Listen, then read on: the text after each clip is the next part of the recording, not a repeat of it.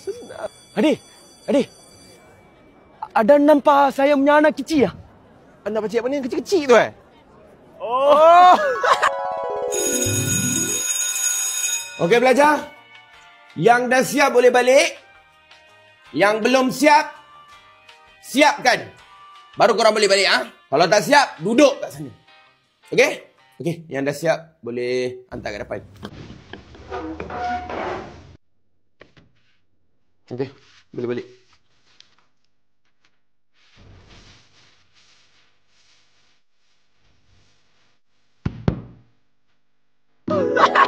Kecil-kecil tu.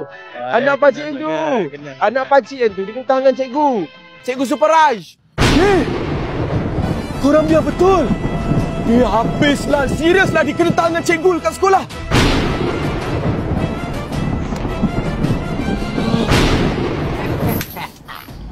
Sekarang baru cikgu tahu saya punya power kan?